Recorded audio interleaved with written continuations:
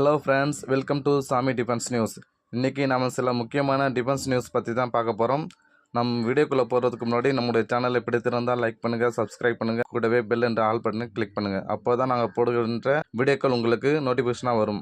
வாங்க வீடியோக்குள்ளே போகலாம். பாகிஸ்தான் மீது இந்தியா உடனடியாக பதிலடி தாக்குதல் நடத்த வாய்ப்புகள் உள்ளன என்று பாகிஸ்தான் அமைச்சர் கவாஜா முகமது ஆசிப் பேசியுள்ளார்.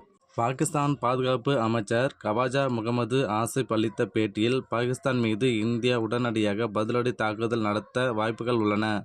பாகிஸ்தான் படைகளை தயாராக இருக்க சொல்லி இருக்கிறேன்.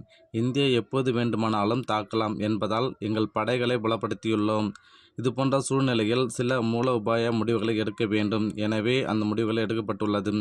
இந்தியா நம் மீது தாக்குதல் நடத்துவதற்கான சாத்தியக்கூறுகள் குறித்து பாகிஸ்தான் இராணுவம் எங்கள் நாட்டு அரசுக்கு விளக்கம் அளித்துள்ளது. இதை பற்றி கூடுதல் விவரங்கள் சொல்ல முடியாது. ஆனால் இந்திய இராணுவத்தின் தாக்குதல் ஊடுருவல் உடனடியாக நடக்க வாய்ப்புகள் உள்ளன என்று பாகிஸ்தான் பாதுகாப்பு அமைச்சர் கவாஜா முகமது ஆசிப் கூறியுள்ளார். பாகிஸ்தானுக்கு எதிராக ப்ரீசஸ் ஸ்ட்ரைக் முறையில் இந்தியா தாக்குதல்களை நடத்த திட்டமிட்டு இருப்பதாக டெல்லி வட்டார தகவல்கள் வருகின்றன. அது என்ன ப்ரீசஸ் ஸ்ட்ரைக்? இதில் என்ன மாதிரியான தாக்குதல் நடக்கும் என்று இங்கே பார்க்கலாம். பகல்காம் தாக்குதலுக்கு பதிலடியாக இந்தியா எப்போது வேண்டுமானாலும் தாக்குதல் நடத்தலாம் என்று எதிர்பார்ப்பு நிலவி வருகிறது. நேரடியாக பாகிஸ்தான் மீது இந்திய தாக்குதல்களை அறிவிக்க வாய்ப்புகள் உள்ளன. நேரடியாக பாகிஸ்தான் உள்ளே புகுந்து ஹபீஸ் சயீதின் லஷ்கர்-இ-தொய்பாவின் பினாமி அமைப்பான ரெசிஸ்டன்ட் ஃப்ரண்ட் அமைப்பு மீது சர்ஜிக்கல் ஸ்ட்ரைக் நடத்தலாம். பாகிஸ்தான் இந்திய எல்லையில் உள்ள தீவிரவாத அமைப்புகள் மீது இந்திய எல்லையை தாண்டாமல் வான்வெளி தாக்குதல்கள் விமானம் மூலம் நடத்த வாய்ப்புகள் உள்ளன.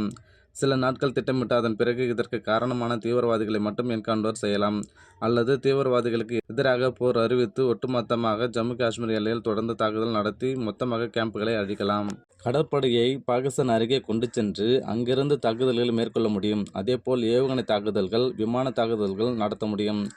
ப்ரீசஸ் ஸ்ட்ரைக் முறையில் தாக்குதல் நடத்தப்படலாம் என்று கூறப்படுகிறது. ப்ரீசஸ் ஸ்ட்ரைக் முறையில் முதலில் ஒரு பகுதியில் உள்ள தாக்குதல் நடத்தப்பட வேண்டிய இடங்களை உறுதி செய்யப்படும். அதாவது தீவிரவாத கேம்புகள் மற்றும் இராணுவ கேம்புகள் ஆகியவற்றை குறிவைக்கப்படும்.